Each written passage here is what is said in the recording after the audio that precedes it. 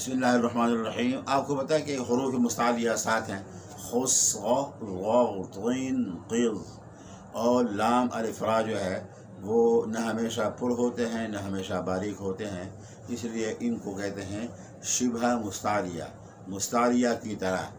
اچھا، حروف مستعلیہ کی ادائیگی میں اکثر لوگ ہونٹوں کو گول کرتے ہیں، جبکہ حروف مستعلیہ کی ادائیگی میں ہونٹوں کو تعلق اور دخل ہرگز نہیں ہے۔